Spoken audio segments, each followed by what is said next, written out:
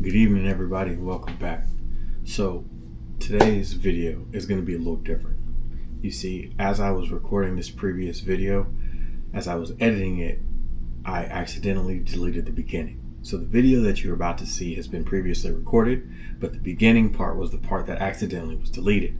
So I'm going to go back and do the beginning part over so you guys can see what I was doing, because the actual video has a good word in there that I want you guys to really hear, that I think will motivate you and to help somebody who's going through something. So without further ado, we're going to go ahead and make these cookies. They're called brown butter toffee chocolate chip cookies, and they're from this book.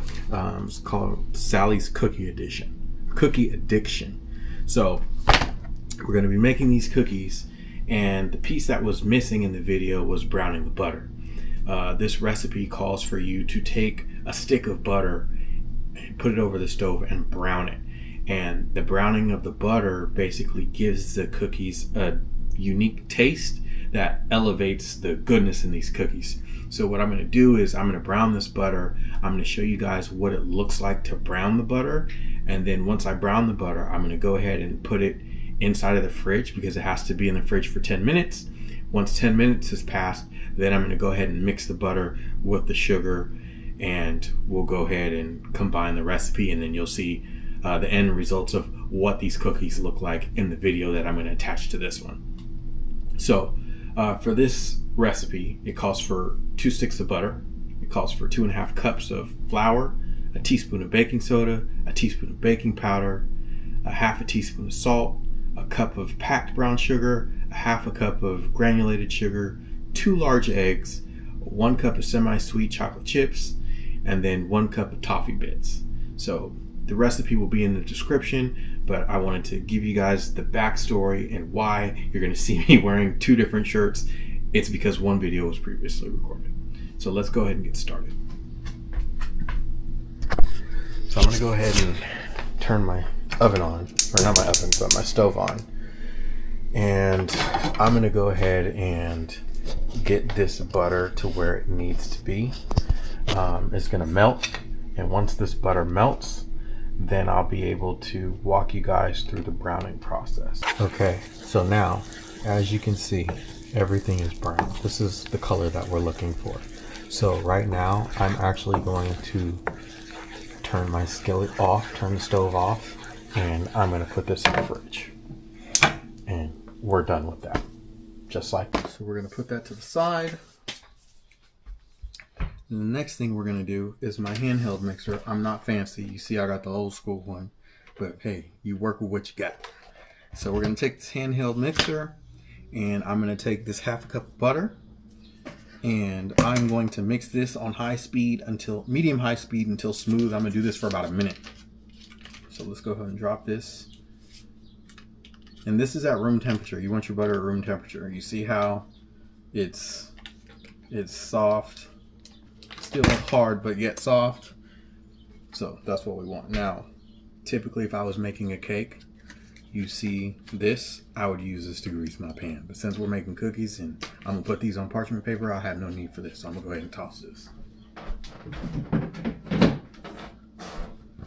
So let's plug this bad boy in.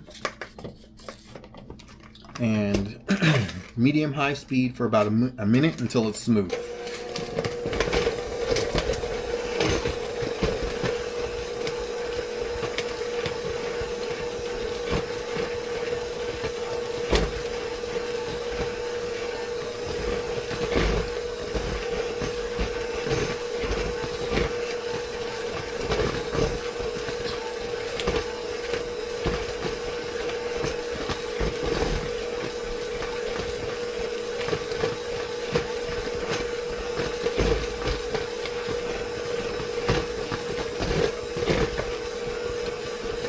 Just keep on stirring.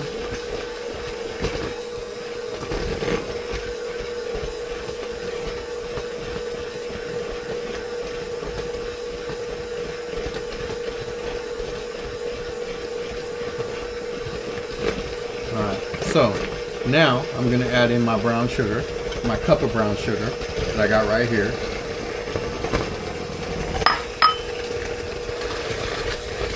We'll mix that in. Now typically, sometimes when I have brown sugar it gets a little hard, but being that I just bought this brown sugar, it's nice and soft and I don't have to deal with that. So we're gonna mix this in, and I'm gonna add in the half a cup of sugar, granulated.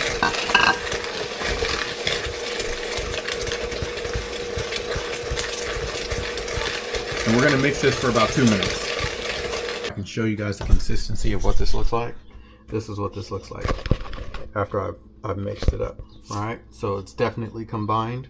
So I'm gonna put you guys back, and then we are going to go ahead and do the next step, which is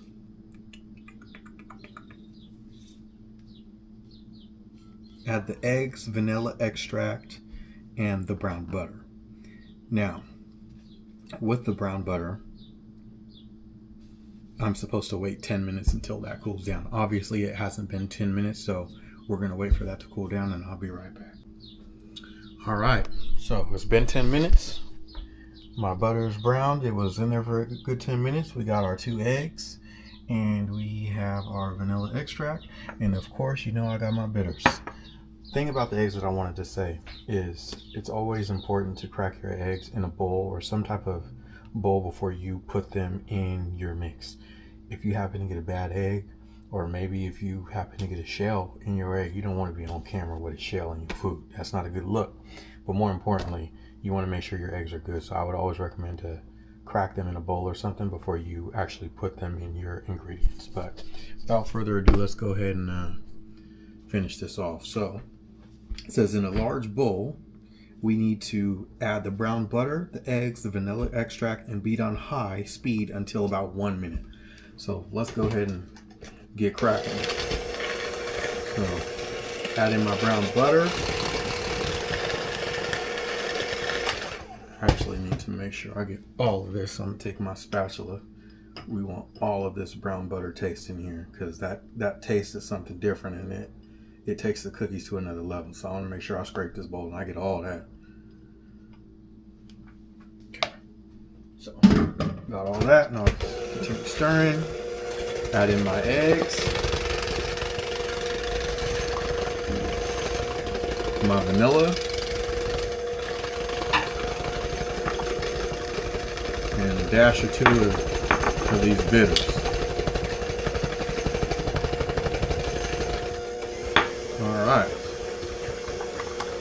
so it says to stir this on high speed for about 1 minute, so that's what we're going to do. So I'm actually going to stop real quick because I do need to scrape the bowl. That's another thing that you guys need to see when you're baking stuff. You see how on the side of the bowl it kind of gets caught up, so we want to scrape that back into the mix. That's important. We don't want anything left behind. I want everything. So go ahead and scrape that, and then you could even turn at the bottom of the bowl if you want to. So I'm going to scrape my spatula off, and I'm going to get back to doing what I'm doing. Yeah, I'm scraping the spatula. I'm greedy. I want it all. So, and then I'll probably just mix this for another 30 seconds, 20 seconds. All right, so I'm going to turn this down because now we're going to add the dry ingredients. And it says to turn it down. So I'm going to go ahead and mix this in, and I'm going to do some at a time. I'm not going to just pour in the whole thing, but mix some of it in at a time until it's combined, which it is. And I'll go ahead and add some more. Do this about 3 times.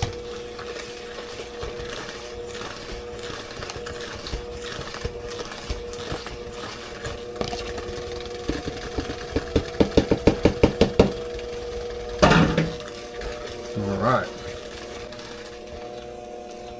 And now I'm going to add in the chocolate chips and the toffee. Oops. Me making a mess over here.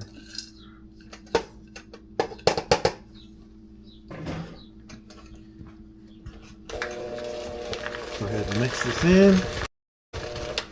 Alright. So this is what that looks like. This is what the dough looks like. It's all mixed in. So now what I'm going to do is I'm going to take this off with the spatula, or well, unplug this first, and put this back in the bowl. This typically would be my favorite part to eat this dough, this cookie dough, but like I said, I'm going to the gym, so I don't have that luxury today. And I'm gonna get as much of it as I can in here, since I can't have at it.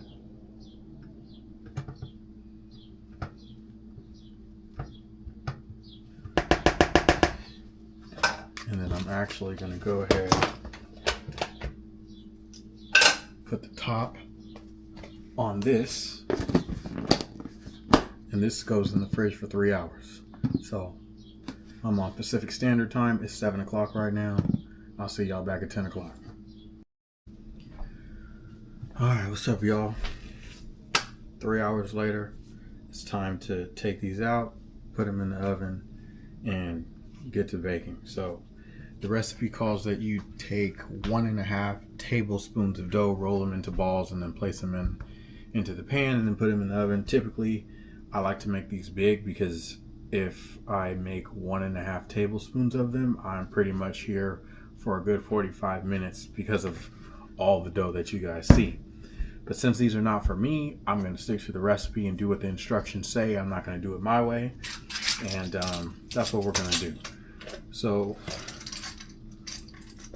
while I get these ready, I really only need to measure the first one, because after the first one, I pretty much can gauge by my eye what they all should look like. And yeah, I'm wearing gloves. It doesn't call to wear gloves. I just don't like my hands being all sticky, so I'm wearing gloves. So this is 1.5 tablespoons of the dough. And so I'm gonna go ahead and roll these and basically make sure that the ones that I roll equal that size. So while I'm doing that, let's talk. I got a gold gem for y'all today. And the gold gem of the day is refiner's fire. Y'all know that if you read your word, what refiner's fire is. But for those people who don't know, refiner's fire is when you are molded into the person and image that God wants you to be. So I want to tell y'all a little story and take you on a little trip. 2009 was a horrible year for me. 2009 was a horrible year, but it was also a year of me realizing that I needed to change some things in my life. Sometimes people get to a point in their life where things are going so good for them that they get big-headed and they forget where they come from and they forget the person that they're supposed to be. And 2009 was pretty much a time where that came to a head for me. I lost everything in 2009. I had a good job, lost that, lost my house.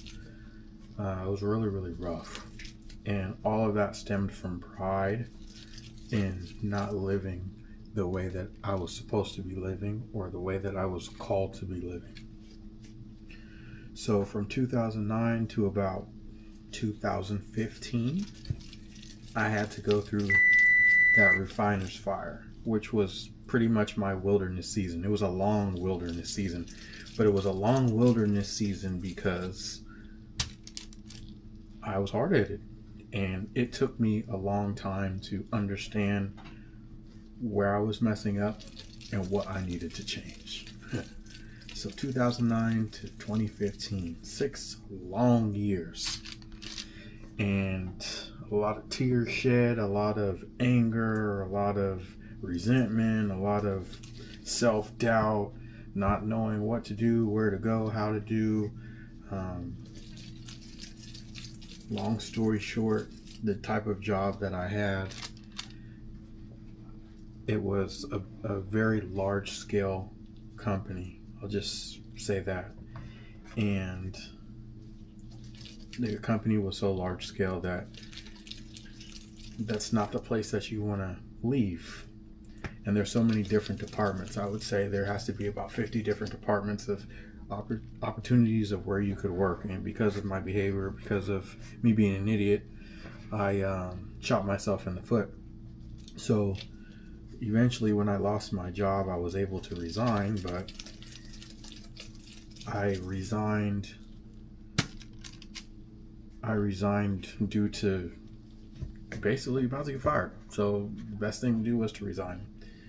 And so after that, when I tried to bounce back and go within the same place or the same arena, everywhere I turned, it was a no-go. I couldn't get any action. I got to a point where things were looking really, really good, and someone told me, hey, are you going to show him where his office is going to be? All for them to change their mind in the end and be like, no, we can't hire you. So I basically was blackballed and red listed. And so eventually I finally realized, like, there's no chance for me here. So there's no point for me to keep trying to go in that direction when that opportunity is no longer there. So for many, many years, about 5-6 years, it led me to a point where my faith got stronger, just prayed more, read my Bible more. And when he felt it was time for me to have an opportunity, he presented it in a way where it was just, it fell in my lap. But it fell in my lap because he presented it that way. Did I see the opportunity coming? No. I was at a regular security job, and there was a lady who was doing interviews at a building that I was working, and somebody didn't show up. And the lady said, hey, you know, this person is late, and if they do show up, I'm not going to interview them. What's your background? Told her my background, interviewed me on the spot. Walked out of that place with a job. Just like that. So I say all of that to say, just like these cookies that I'm making, right?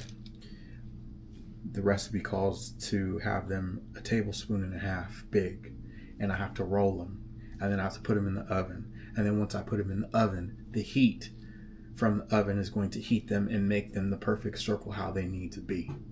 So those 6 years that I had to go through, I went through that refiner's fire of God molding me and getting me to a point where I was supposed to be the person he designed me to be.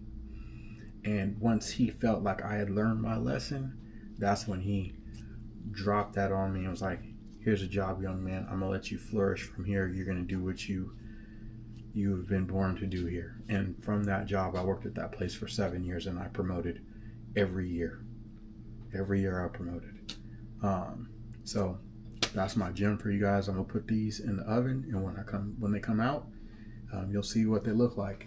The recipe calls for them to be in the oven for 12 to 14 minutes at 350 degrees.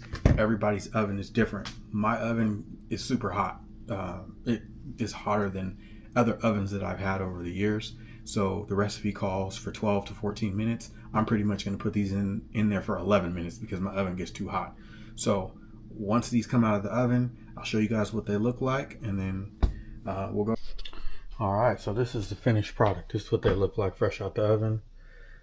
I put them on the rack, the cooling rack, so they can cool off. But these are the cookies. So I have another batch inside, and as you see, I got 3 left, and I didn't want to force them in the pan because some of these were too close to the other ones. But that's it. Aside from that, I hope you guys enjoyed your time. I hope you learned something today, and until next time, I'm out.